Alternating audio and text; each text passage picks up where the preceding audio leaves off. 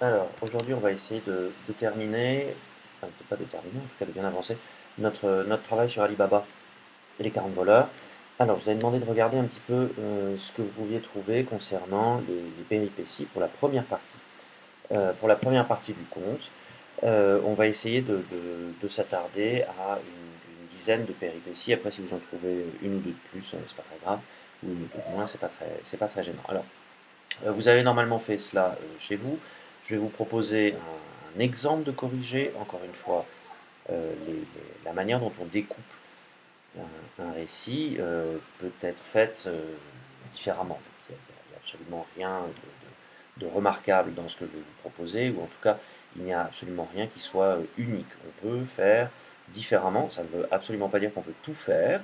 Il y a un certain nombre de passages obligés, il y a évidemment un certain nombre d'éléments que vous ne pouvez pas passer sous silence ou que vous ne pouvez pas intégrer à d'autres étapes, mais malgré tout, certains peuvent être vus différemment. Alors, on peut prendre comme première étape, à partir du passage que je vous avais donné, la découverte, par évidemment Alibaba, des brigands et de la grotte magique, ce serait une première étape. La seconde serait le départ des brigands et l'entrée d'Alibaba dans la grotte, avec la découverte évidemment du trésor extraordinaire et la saisie d'une partie du trésor. Troisième étape, évidemment, le retour à la maison et la discussion d'Ali Baba, enfin entre Ali Baba et son épouse. Là, vous voyez qu'on aurait pu faire un retour à la maison, deux discussions avec l'épouse, mais est-ce que ces deux éléments ne vont pas ensemble? Voilà, est-ce qu'ils nécessitent l'un et l'autre d'être séparés? Je ne pense pas. Donc on les intègre. Quatrième, le passage qui voit discuter la femme d'Ali Baba avec sa belle-sœur et la ruse de la belle-sœur. 5. La découverte de l'argent d'Ali Baba et l'aveu à Cassim. 6. Très important, le départ du frère pour la grotte et évidemment la découverte de tout ce qui va avec. 7. Le retour imprévu et trop tôt des brigands et le meurtre sauvage de Cassim, puisqu'il ne se fait pas seulement tuer, il se fait ensuite découper en 4 morceaux. 8. La découverte du corps de Cassim par son frère Ali Baba. Vous voyez que là j'ai passé sous silence, puisque ça ne me paraît pas essentiel, le fait que sa femme l'attende, qu'elle se demande où il est, qu'elle aille discuter avec Ali Baba, qu'elle lui demande, qu'il lui dise attends, je vais aller chercher, je vais voir. Tout ça, ça peut être mis dans la même partie et ça revient à départ, si vous préférez, départ d'Ali Baba pour la grotte et découverte du corps de Cassim dans cette grotte. Enfin, voilà, on peut transformer les choses, on peut en tout cas les formuler un petit peu différemment. 9.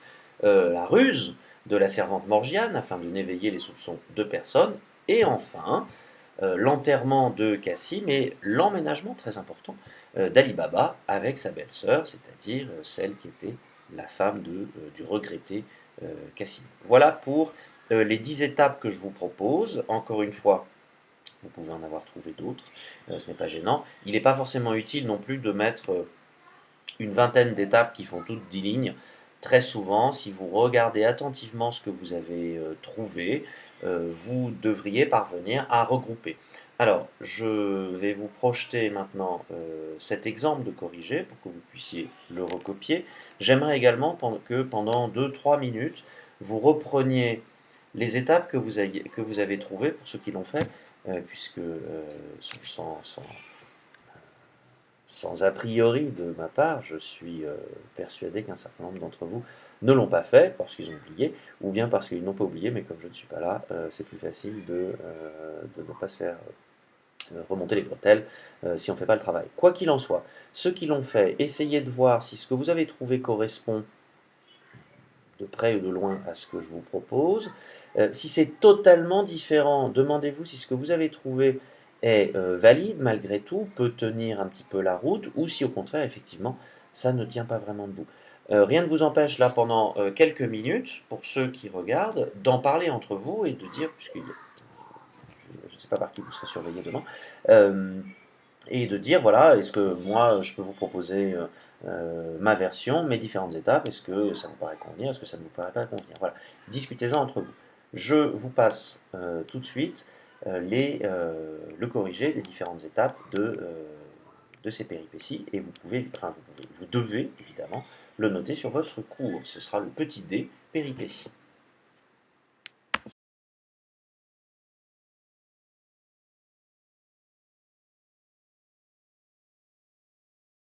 Nous passons maintenant à la suite qui va cette fois concerner les personnages. Alors nous passons donc au petit 2, vous pouvez noter immédiatement, petit 2, les personnages du conte. Pour cette rubrique, je vais vous projeter un tableau que vous allez remplir tout seul. Ça ne devrait pas être très compliqué. Je vous explique immédiatement. Ce tableau reprend 7 personnages sur lesquels vous avez déjà répondu, pour lesquels vous avez déjà répondu à la question, aux questions 5 et 6, page 79 en fait, dans votre livre. Donc vous pouvez prendre tout de suite les questions 5 et 6, page 79 que vous avez déjà traitées dans votre livre. Concernant les personnages féminins et les personnages masculins. J'en garde 7, à savoir la femme d'Ali Baba, la femme de Cassim, Morgiane, donc ça c'est pour la partie féminine, Ali Baba, Cassim, Baba Mustapha, qui est un personnage très important, et le capitaine des voleurs, ou même on pourrait dire tous les voleurs, on va se concentrer sur le capitaine des voleurs. C'est tout, voilà pour les 7 personnages. Pour ces 7 personnages, je vais vous demander pour chacun d'eux leurs qualités, leurs défauts, singulier, pluriel, aucune qualité s'ils n'ont aucune qualité, aucun défaut si vous estimez qu'ils n'ont aucun défaut. Est-ce que les personnages sont récompensés ou punis? Il ne s'agit pas de mettre récompensé dans une colonne et puni dans l'autre. Vous devez ici expliquer. Il ne s'agit pas d'expliquer en un paragraphe. De toute façon, quand vous faites des tableaux, vous faites des tableaux qui font, dont chaque case fait à peu près 1 cm², donc vous ne pourrez absolument pas écrire quoi que ce soit à l'intérieur de ce centimètre carré. Et enfin, le rôle du personnage dans l'histoire. À quoi sert-il? Alors ça, c'est peut-être plus compliqué. C'est-à-dire, s'il n'y avait pas ce personnage, qu'est-ce qu'il manquerait dans l'histoire? Au contraire, grâce à lui, que se passe-t-il? Donc essayez de vous demander ça.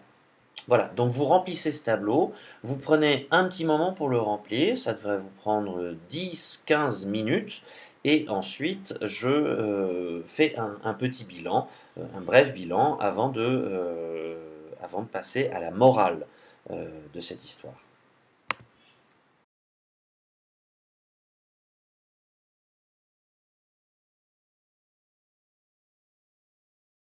De ce tableau, que constate-t-on? Un certain nombre de points peuvent ressortir.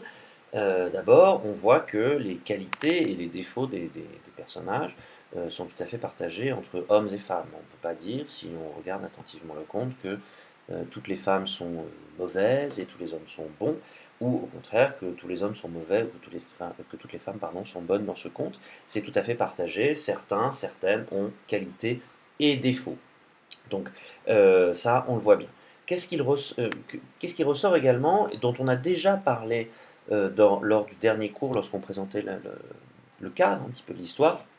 Une opposition extrêmement nette apparaît entre les deux frères. L'un, Ali, est pauvre et honnête, et mesuré, se contente de ce qu'il a. Et l'autre est, Cassim, donc l'autre est riche, cupide et en veut toujours plus. On constate ceci très simplement. On constate également que certains personnages sont véritablement euh, très mauvais et d'autres paraissent bien meilleurs. Et au final, à travers ces différentes oppositions, la morale du conte se dégage. La morale du conte se dégage, alors encore une fois, souvenez-vous de ce que vous avez vu l'an dernier en sixième, dans les contes de fées surtout, mais pas seulement dans les contes de fées. Dans les contes de fées, vous avez toujours une morale. Vous avez cette petite histoire qui vous est racontée lorsque vous êtes petit, pour vous endormir, pour vous distraire, pour vous faire passer le temps en voiture quand vous faites de longs trajets. Bref, vous avez cette histoire qui va susciter, on va dire, l'intérêt, le divertissement. Mais derrière cette histoire, il y a une morale. D'accord? Dans les contes de Perrault, que vous avez lus pour certains en sixième, dans La Belle et la Bête, il y a toujours une morale. La morale, de toute façon, c'est l'époque aussi qui veut ça. Il faut toujours que les femmes se marient, il y a des gens qui sont riches, enfin, on retrouve toujours un peu ça. Mais malgré tout, il y a une morale. Et bien ici, il y a également une morale. On peut la relever. Euh, Au final, il y a évidemment une critique de la cupidité. La cupidité, je vous rappelle, puisque je vous l'ai déjà dit, que ça vient du latin cupio, C-U-P-I-O, qui veut dire désirer. En latin, cupio, C-U-P-I-O, signifie désirer. Donc quelqu'un qui est cupide, c'est quelqu'un qui veut, en gros, qui veut toujours ce qu'a son voisin, c'est-à-dire qui désire systématiquement davantage que ce qu'il a, qui veut systématiquement l'argent de son voisin et se procurer ce qu'il n'a pas. C'est quelqu'un qui est cupide. Donc évidemment ici, vous avez une critique de la cupidité, critique de la jalousie, et dans le même temps, parallèlement, un éloge de l'honnêteté et de la générosité. Un éloge, euh, élogieux, ça vient du latin laudare qui signifie louer quelqu'un, faire les louanges, c'est-à-dire dire de quelque chose que c'est bien. L'éloge, donc c'est le fait de dire que c'est bien, le blâme, c'est le fait de dire que ce n'est pas bien. L'éloge de l'honnêteté se fait à travers deux personnages essentiels, Morgiane, même si c'est un personnage un petit peu ambigu, parce qu'elle n'hésite pas à tuer, alors certes pour défendre, mais malgré tout, et surtout Ali Baba. Et la critique de la jalousie, de la cupidité, évidemment, se fait au moyen de Cassim, de sa femme et des voleurs, qui, quoique déjà très riches, tous les voleurs, continuent à vouloir remplir la grotte d'autres richesses et ne supportent pas que quelqu'un ait pris une partie de leur richesse alors qu'ils restent toujours aussi à l'aise avec ce qu'ils ont. Les mauvais, pourquoi dit-on qu'il y a une critique d'un côté et de l'autre, puisqu'on constate bien que les mauvais sont punis. La femme de Cassim, évidemment, ça se finit assez bien pour elle, mais malgré tout, au cours de l'histoire, elle a perdu son mari. Donc les mauvais sont punis et les gentils récompensés. C'est le happy end normal, évidemment, que l'on peut avoir. Et puis, c'est ce qui plaît également au sultan, qui constate que les gens méchants sont punis, ceux qui sont bons sont récompensés, ce qui va lui permettre, enfin ce qui lui donne envie évidemment d'entendre la suite. Souvenez-vous de ce qu'on a déjà dit également sur les premiers contes, c'est que Scheherazade s'arrange aussi pour lui raconter des histoires dans lesquelles celui qui tue injustement quelqu'un est puni à la fin. Donc elle est aussi en train de parler, mine de rien, un petit peu d'elle-même. Je vous projette maintenant cette fin de partie sur la morale de l'histoire et on continue.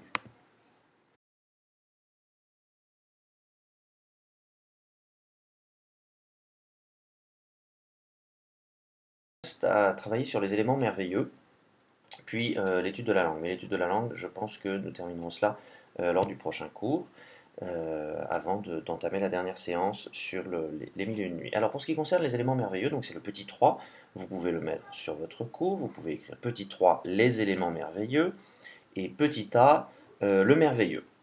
Alors je vous rappelle, puisque c'était à votre programme de sixième, je vous rappelle que le merveilleux, renvoie d'une manière générale à tout ce qui est surnaturel. Tout ce qui est surnaturel, tout ce qui est associé à la magie, et évidemment on le trouve dans les contes de fées. Dans les contes de fées, la magie est extrêmement présente. Quand c'est pas la magie, c'est-à-dire la fée avec sa baguette, c'est également les animaux qui parlent. Par exemple, prenez le petit chaperon rouge. Le petit chaperon rouge rencontre un loup et tous les deux ont une discussion passionnante sur le bord du chemin. Donc vous avez ça. Vous avez dans La Belle et la Bête, que je crois vous avez lu l'an dernier, dans La Belle et la Bête, même chose, vous avez un personnage sauvage, animal, qui discute avec une princesse, alors, enfin avec une jeune fille. Alors effectivement, il n'est pas complètement animal, puisqu'on se rend compte à la fin que blablabla, mais il n'empêche que tout cela est associé à la magie. Voilà pour le merveilleux. L'étymologie de merveilleux, que vous noterez après, euh, le mot merveilleux vient du latin mirabilia, qui veut dire les choses étonnantes. Tout ce qui est étonnant, admirable. Admirable, je vous rappelle, admirable, vous avez le radical admire et le suffixe able. Le suffixe able qui indique une capacité, une possibilité. Admirable signifie que l'on peut admirer. Et donc on est passé, pour le mot merveilleux, on est passé de admirable à extraordinaire au cours des siècles. C'est extraordinaire, donc cela mérite l'admiration. Voilà, c'est comme ça que l'évolution du mot a pu avoir lieu. Alors ici, dans ce texte, le merveilleux est extrêmement net, on le voit, ça ne veut pas dire qu'il est à toutes les pages, mais on repère le merveilleux. Pas autant que dans un conte de fées. On voit bien que c'est pas un conte qui est entièrement bâti sur le merveilleux. Mais malgré tout, il est présent. Vous avez cette formule magique dont on reparlera. pour ouvrir la porte de la grotte.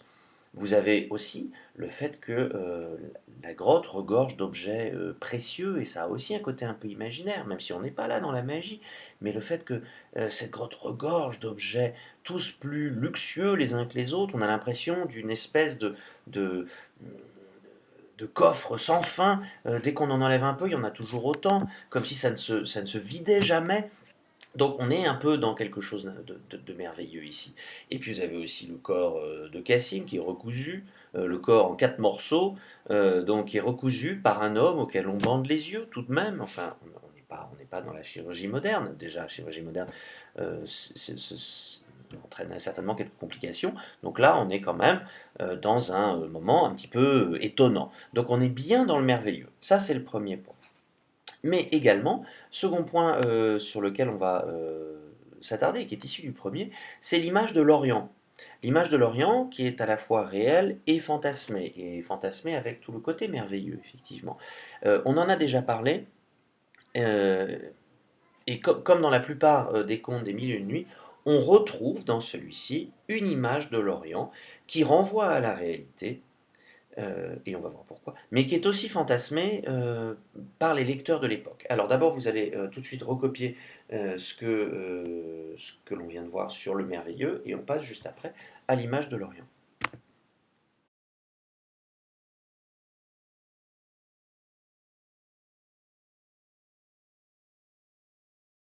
En ce qui concerne cette image de l'Orient réel et fantasmé, je vous laisserai chercher tout seul les exemples qui renvoient au côté imaginaire de l'Orient, et je vais m'attacher avec vous à la partie plus réelle que je pense vous maîtrisez peut-être moins. Alors vous avez d'abord pour le côté Orient réaliste, on va dire, un certain nombre de coutumes orientales que l'on peut retrouver dans cette histoire. Vous avez euh, le recours aux esclaves, par exemple, pour assurer le service. Et ici, c'est assuré par le rôle de Morgiane. Donc c'est un premier point. La présence et le recours quasi permanent aux esclaves. Vous avez également, très important, la polygamie.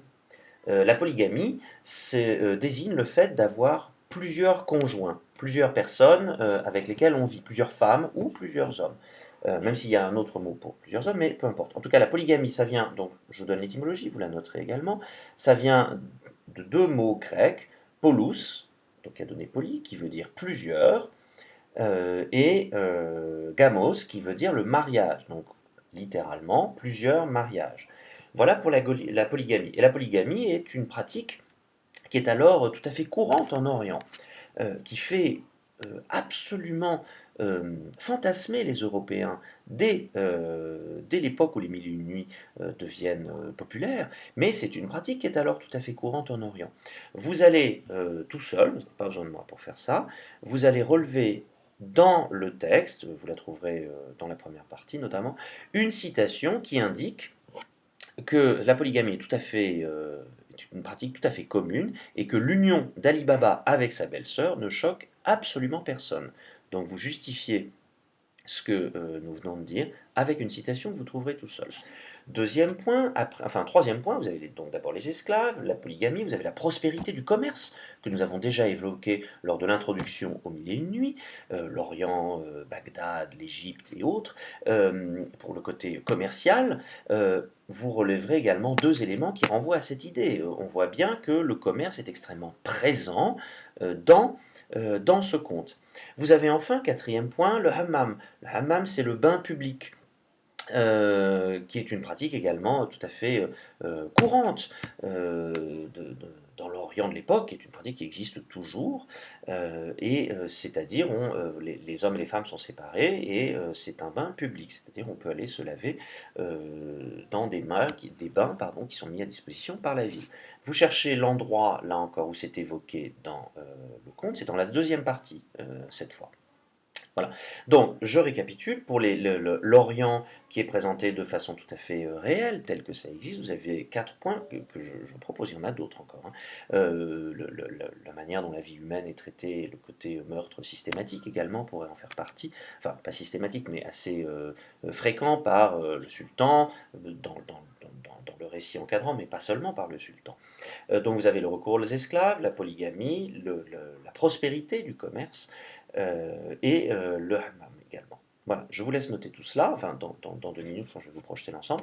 Et après la pratique, l'image réelle avec les coutumes orientales, vous aurez à trouver également tout ce qui relève de l'imaginaire oriental, tel qu'on le perçoit en Europe à l'époque.